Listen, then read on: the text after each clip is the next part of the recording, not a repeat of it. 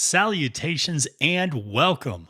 I'm your host, Matthew DeSantis, and this is not From the Swamp to the Swamp. Rather, this is Amalfi at the NFL Draft. That's right, folks. Amalfi has got you covered.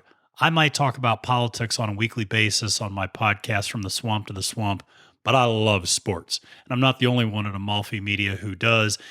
Joey DePinto, the co-host of the podcast Binge Bros, great content over there. Joey's going to join me on some of these where we cover sports topics. He and I have a shared passion for golf, but we might also be joining up to talk about a few other big sporting events coming up this spring. Spring 2021 has a lot on the horizon. It's exciting because we're starting to emerge from the pandemic. Live sporting events are getting exciting again. We have a lot of great stuff coming up. The NFL Draft is coming up this weekend, starting on Thursday, April 29th, going through the weekend to Saturday, May 1st. We have the Kentucky Derby coming up. We have the NBA playoffs on the horizon. We have more majors in golf to cover. So a lot of big stuff going on. Obviously, we have Major League Baseball going up. I know Blaine on Snapshots is a big fan of that, following pitch by pitch for his favorite team. So, that's going to be one of those things where Amalfi is going to come to you and cover some additional sports throughout the spring and summer, and hope you enjoy that type of content. But today is my Christmas, people. It is the NFL Draft, and I love the NFL Draft. I have loved it since I was a little kid, since I was 10, 11, 12 years old. I have watched every single NFL Draft. I have watched all of them in their entirety. I love watching all 7 rounds. I love watching teams that I don't even care about pick players.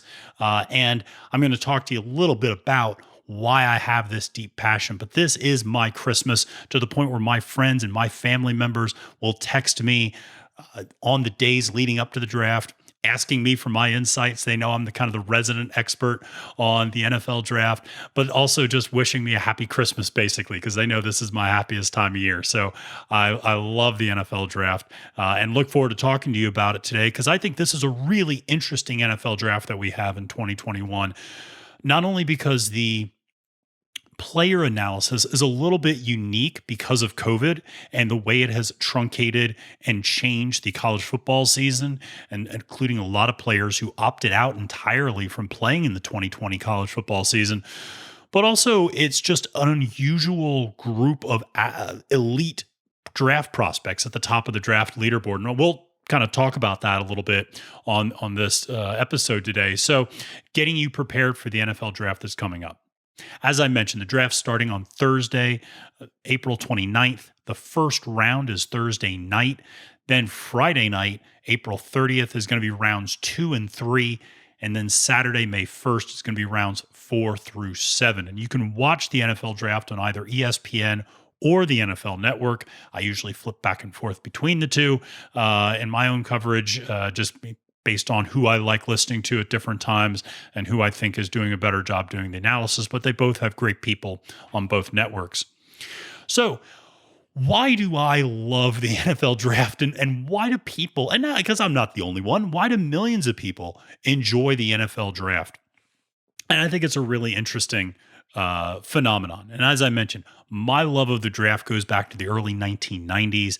My father used to order draft guides by a company named Orlad's. And so Orlad's draft guides were a really big thing. And he would have them delivered to the house. And they were these kind of 2-inch thick booklets that had player evaluations and grades for every single draft eligible college athlete in football coming out that year in the draft. And so whether it was the first round or the last round, when a team made a choice, you would flip through Orlad's draft guides real fast. You would find that player's position, alphabetical order or by grade, and you would then kind of read up about that player and go, "Ooh, this sounds like maybe a really good prospect in the rough," sort of thing, a diamond in the rough, sort of a prospect, or "Oh, that person seems, over, evaluated. That person seems, overhyped." And so it was just great to follow this stuff. And I think part of the reason was I didn't play football. My my dad and my mom were not really thrilled about the prospect of me playing football. And quite frankly, I was, even in high school, I was 5'9", 5'10", and about 145 pounds soaking wet. What position am I playing in football? Left bench. I'm not really, cut out for that. And so I stuck to golf, but I loved football since I was a little kid, followed it closely. And while I was not a player, I loved learning more about all of the positions and about how to put together a team. The philosophy behind putting together an NFL roster. What positions do you prioritize? Where do you draft certain players? How do you evaluate certain players? What are key characteristics or key attributes that we need to make sure players have if they're going to excel at the NFL level? I think that's always a challenge that people sometimes don't understand, which is, just looking at the best players in college and then saying, oh, well, they were the best players in college, so they should be the best players in the pros. Well, it doesn't really work that way. And there are some very important scheme, fits that need to happen. There are important kind of player profiles from a standpoint of just size and speed and athleticism that are important.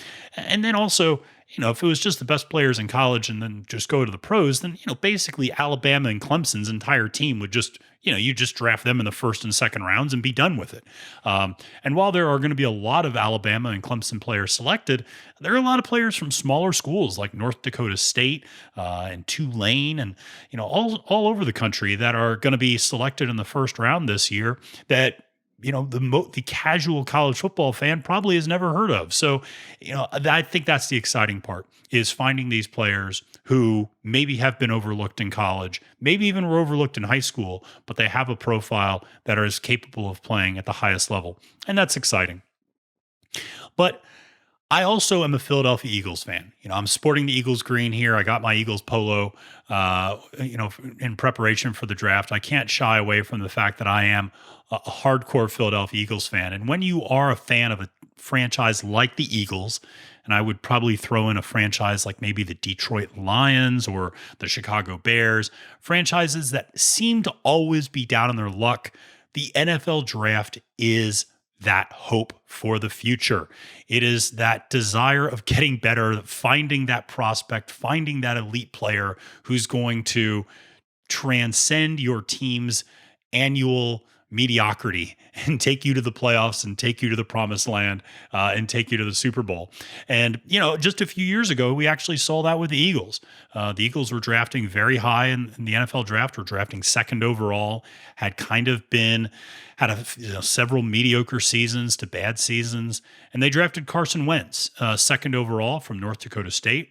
And while Carson Wentz just left the Eagles this offseason, in the interim, he had an MVP caliber season in his second year and led the Eagles to a number one seed in the playoffs.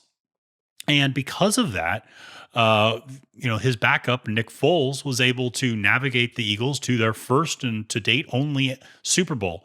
So, moving up and drafting that player at the top of the draft can rejuvenate a franchise and change the direction of that franchise. And so that's always exciting, I think, for teams like the New York Jets or the Lions or the Bears or the Eagles, teams that might be a little bit down on their luck sometimes, to draft those players. And certainly the fan bases of those franchises are always excited about the next big thing.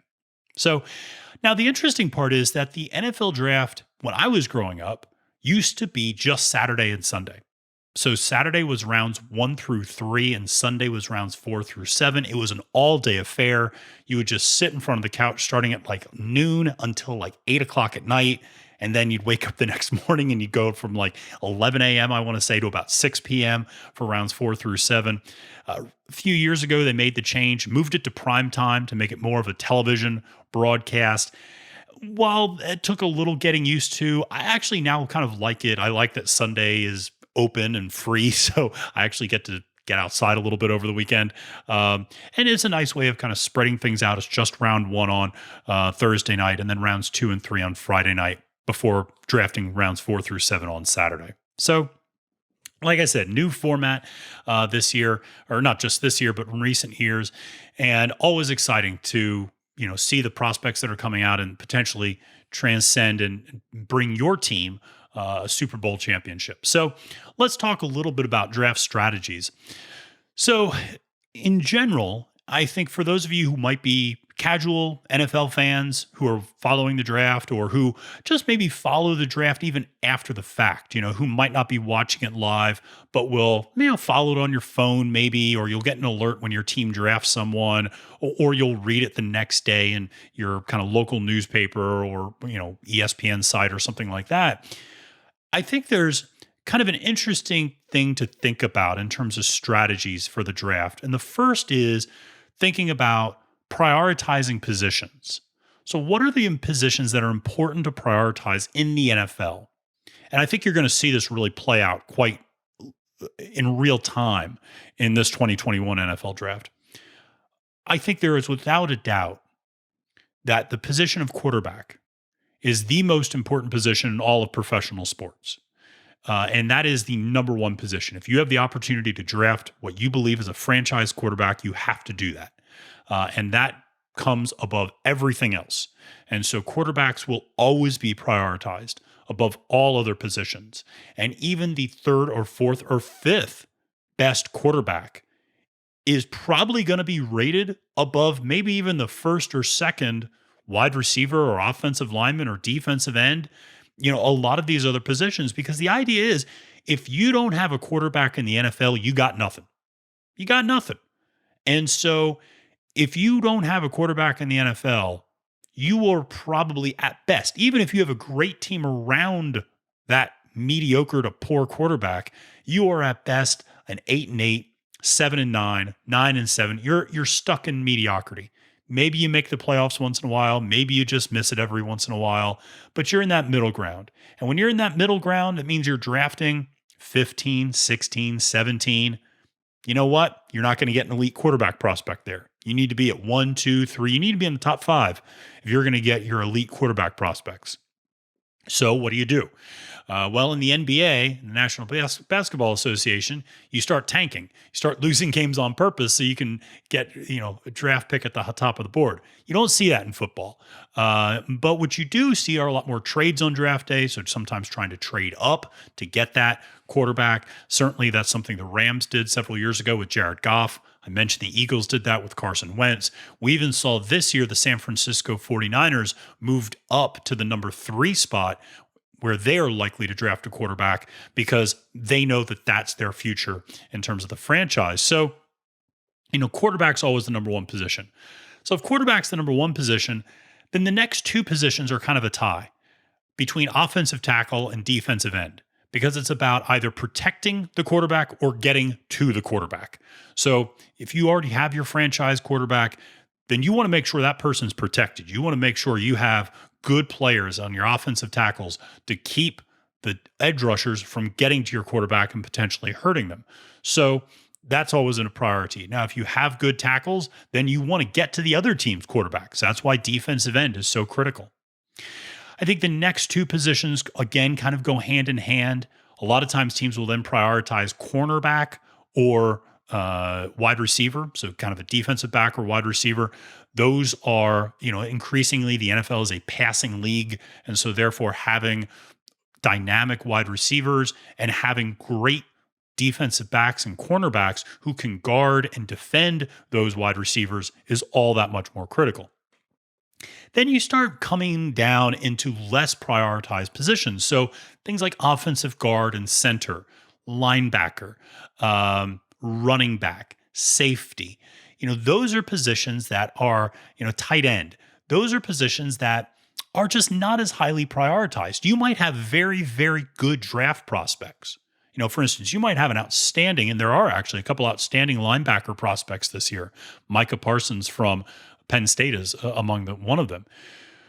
And so you might see some elite linebacker prospects, but linebacker, you don't draft linebacker 3rd overall, right? I mean, a linebacker it's an important position, but it's not the most important position in football. It's a position that, a lot of times you can find good linebackers later in the draft. There's not always that huge, variation from, from the elite linebacker to a lesser linebacker, maybe in the third or fourth round. Same thing's true for running back.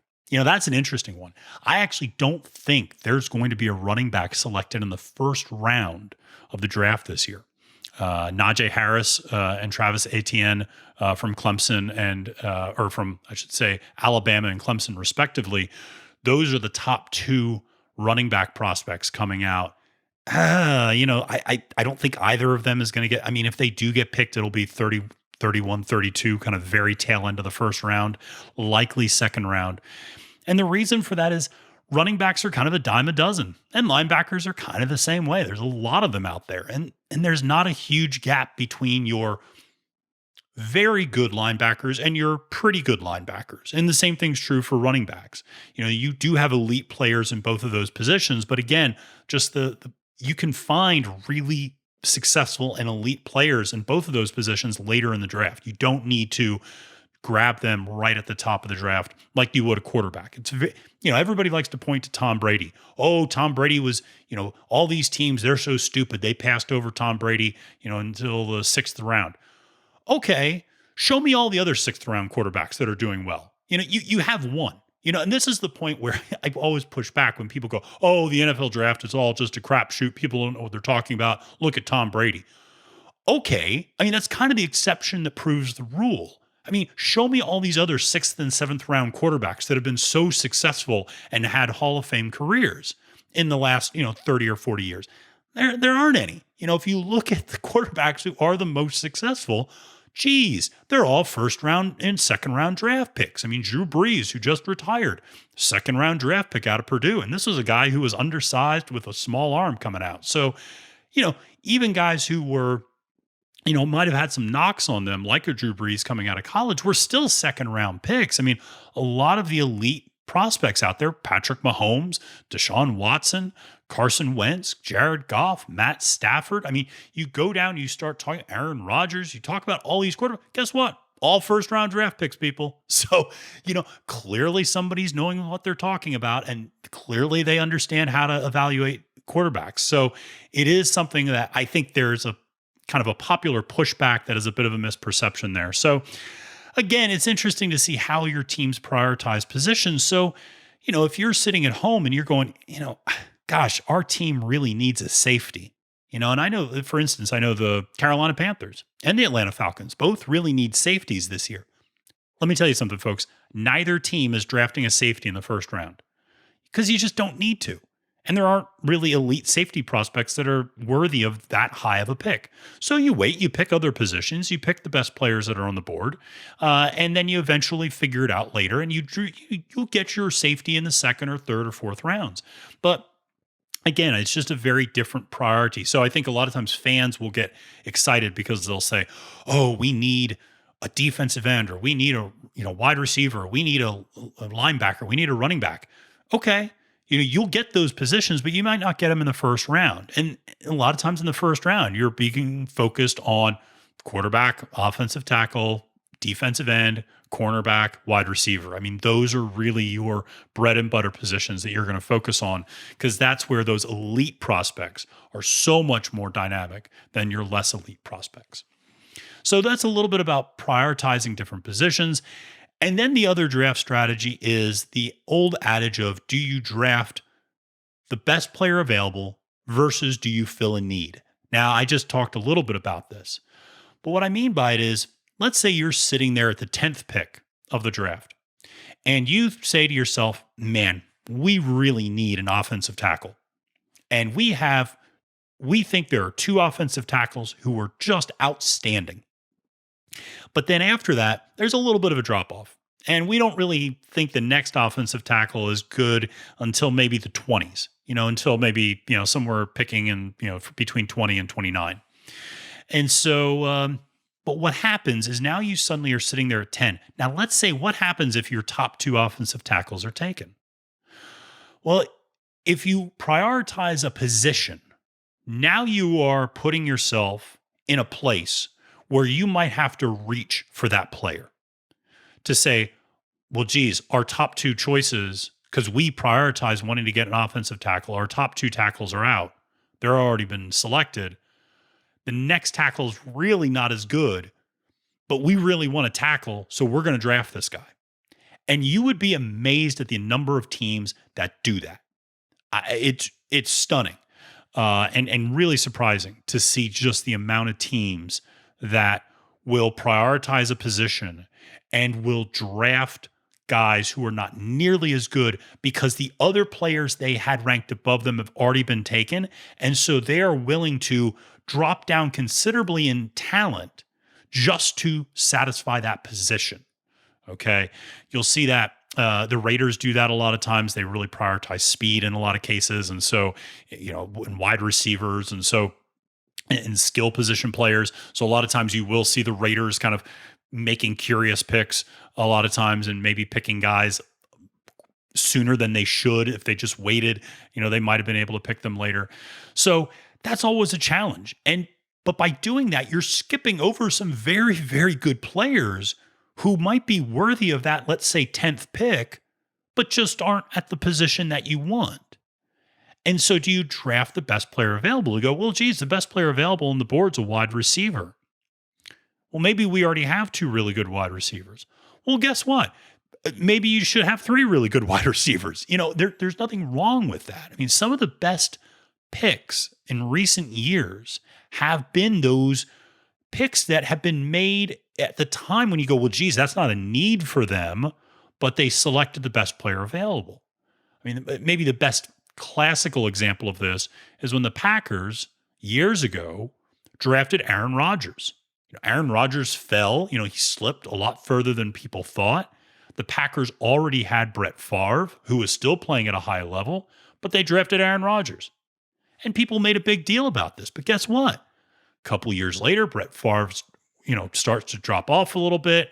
He ends up leaving the organization. Aaron Rodgers ascends. Now the Packers have had 2 quarterbacks for the last 30 years. That's stability. That's fantastic. I mean, to a much lesser extent, you saw this with the Eagles probably about 9 or 10 years ago, where the Eagles selected Zach Ertz, tight end out of Stanford in the 2nd round.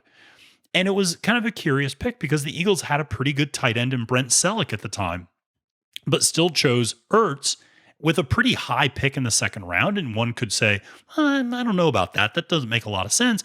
Well, guess what? You can play 2 tight ends at the same time. And Selleck started to get old pretty quick. And now next thing you know, there's Zach Ertz, who's a perennial Pro Bowler for the Eagles.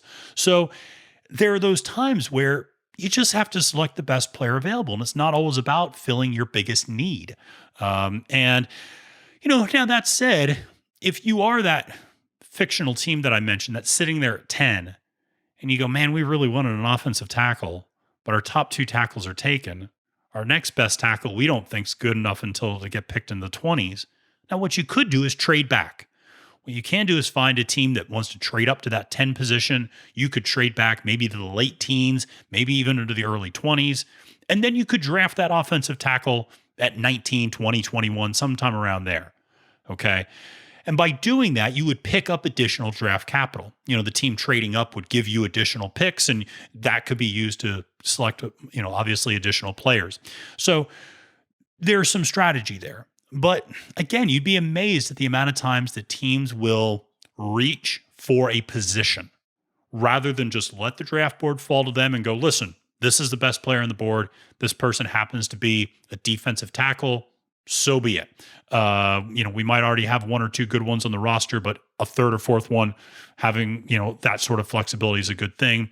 And we think, this person's a really good ball player. So, now that said, if there's, if you want an offensive tackle and, you're picking 10th and you have a grade for another offensive tackle that's like, no, we have him around 13 or 14.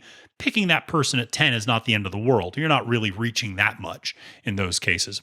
But it's just things to keep in mind as you're watching, whether or not teams are really going after a position or whether or not they're going after the best player available. Sometimes that allows for very, very good players to fall down the draft board because teams get so focused on a position and they're so focused on other teams potentially drafting that position and taking those prospects and players that suddenly very good players at other positions start to fall down the draft board. And you can have a situation where, your team that you might be following in the late teens, early 20s ends up getting just some phenomenal players later in the draft because other teams have overdrafted and reached basically for those players. So that's a little bit about the prioritization and the draft strategy. So enough of the generals. We've been talking for about 20 minutes. Let's actually buckle down and talk about the 2021 NFL draft. This is an interesting draft. And as I mentioned, a lot of players, I shouldn't say a lot, but some players who are going to get drafted, Jamar Chase most notably out of Louisiana State University, actually opted out of the entire 2020 season. So some of these college players have not played since 2019. And I think that's quite fascinating to see how the player evaluation process is done. Now, the other thing that's going to be interesting to see is that this is likely going to be the first draft since 1999, so 22 years, since quarterbacks will have gone 1, 2, and 3.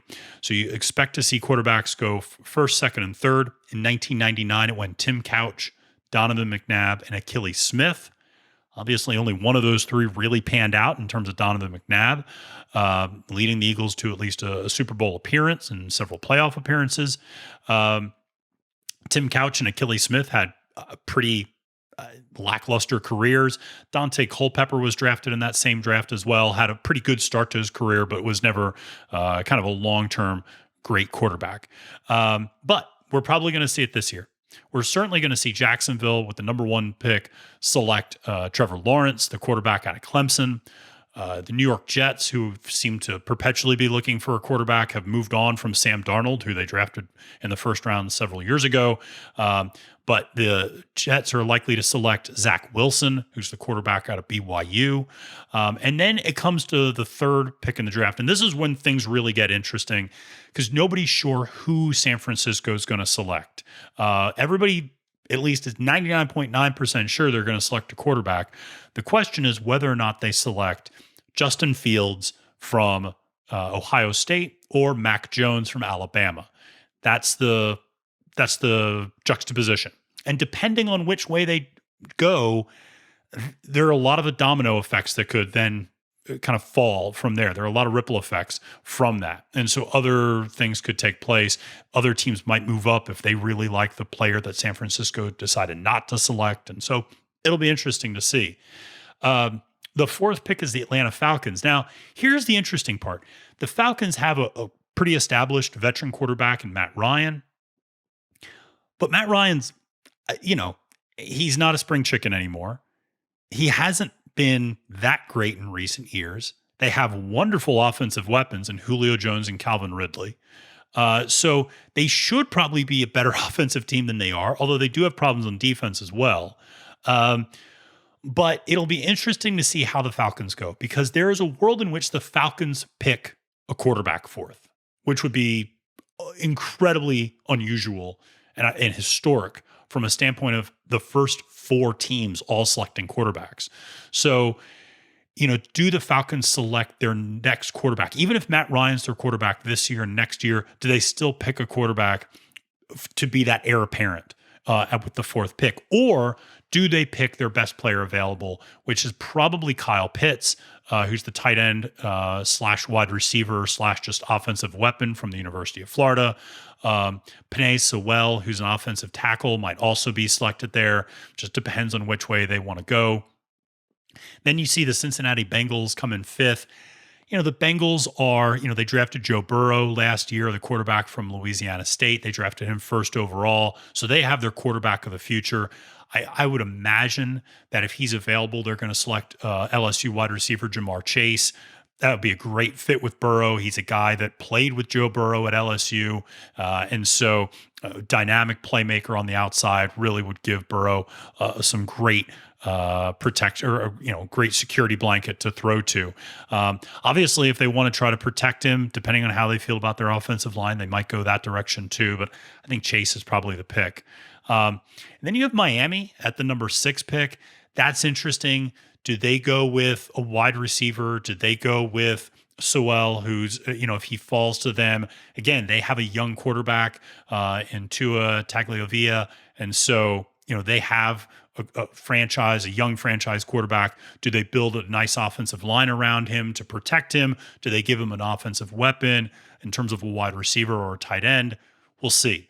For those of you who are going to be watching the draft at home or at a friend's house or that sort of thing, I would say that the first 6 picks, while there's going to be some variation potentially, I think the first 3 quarterbacks, that's pretty much so in the bag. Maybe Atlanta surprises people with a quarterback 4th, but the bottom line is the names of Kyle Pitts, Penei Sewell, and Jamar Chase are going to be in your top 6. Okay. I would say the draft really starts in terms of the chaos with picks 7 and 8.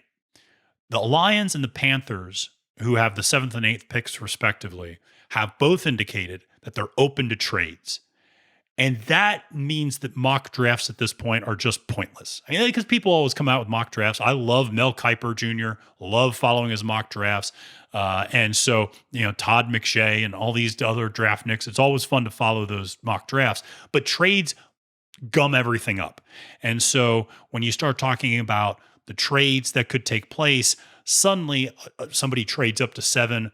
Well, they're prioritizing different positions than we thought Detroit might prioritize. And so now players are getting pushed down or moving up draft boards and things get very chaotic.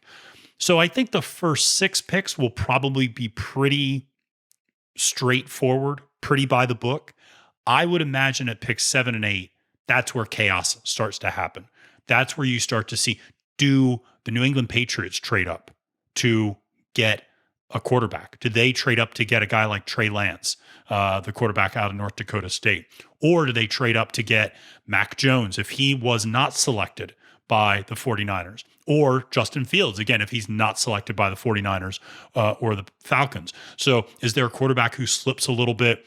Other teams want to move up to try to get him. Does a team like the Eagles, who actually traded down from 6 to 12, do they try to move back up to get one of these Alabama wide receivers in either Waddle or Devontae Smith? I don't know. It'll be interesting. Does Jamar Chase fall? Does somebody trade up for that person? So there's a lot of interesting positions there. I think looking at a guy like Patrick Surtain or J.C. Horn, who are kind of your top 2 defensive back cornerbacks, those are names to certainly keep an eye on that teams might be prioritizing, might be trading up for. So a lot of interesting selections here to kind of round out that top 10. And so we'll see. But like I said, this is a unique draft. There's a lot of skill players at the top of this draft. This is what's so fascinating about this year. No great edge rushers. Kwity Patai, who's from Michigan, is probably the best edge rusher, probably not going to get selected until the teens.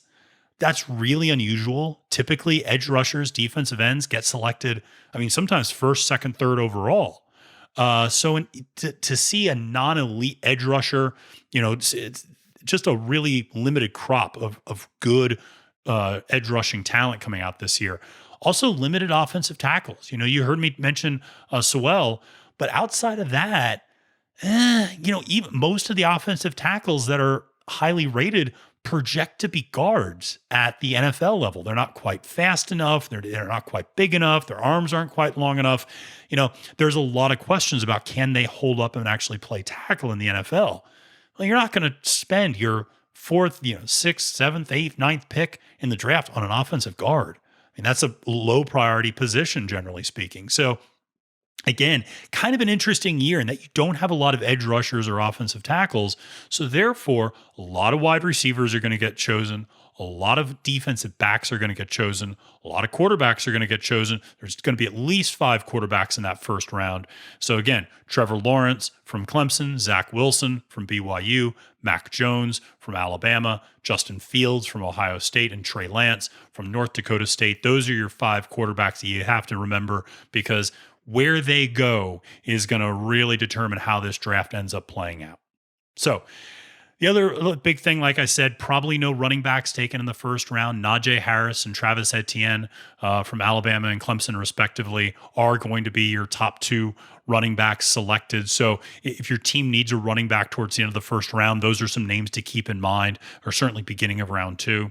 But ultimately, listen, this weekend, it's about fun. It's it's like Christmas Day. It's like unwrapping Christmas presents because your team is rejuvenating itself. Your team has, somewhere usually between 7 and maybe 10 or 12 picks in the draft. And so there's a slew of possibilities. Hope springs eternal, right?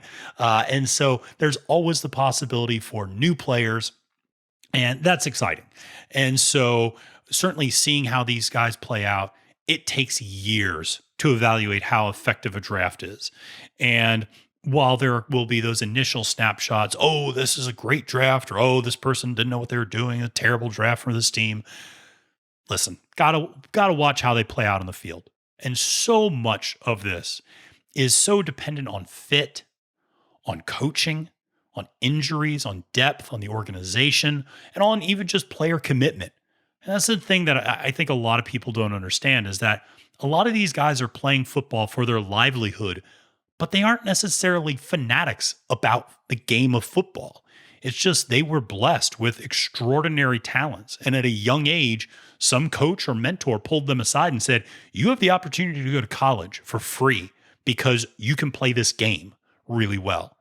And you, therefore, also have the possibility of potentially providing for your family in a way that very few people can because you can play this game very well. And so a lot of these guys, they were born a little bit with a lottery ticket. And it's not necessarily that they have a passion for the game as much as they are very good at playing this game. But that, when it becomes a profession, you start to see that play out. How professional these guys are, how they approach it, the mindset they have day in, day out, a lot of times determines how effective they are at the next level. But again, that takes years to evaluate. And so looking back 3-4 years later is oftentimes the best way to evaluate the draft. But that being said, the day of the draft, you're still either excited or you're booing or you're, disappointed or you're somewhere in between. But wherever you are, I hope you take a time. If you're a football fan, watch the NFL draft. It's always good theater. And your team might just find that diamond in the rough. They might find that Tom Brady in round 6. You never know. And that's why we keep watching every year, because hope springs eternal and there's always a chance for something better. And there's always a chance that your team might just land that player that brings them the elusive Super Bowl. So I hope you enjoyed this episode of Amalfi at the NFL Draft. Make sure to check out all of the other great content on Amalfi Media, including subscribing to our YouTube feed, but also go to our website. It's just recently redesigned. Amazing job by Nathaniel, who's the founder of Amalfi Media and our webmaster, just amalfimedia.com. Great website, really interactive, very fan-friendly. So make sure to check it out. A lot of great content there with more information on all of the shows. So until next time, I'm Matthew DeSantis, and you are on the clock.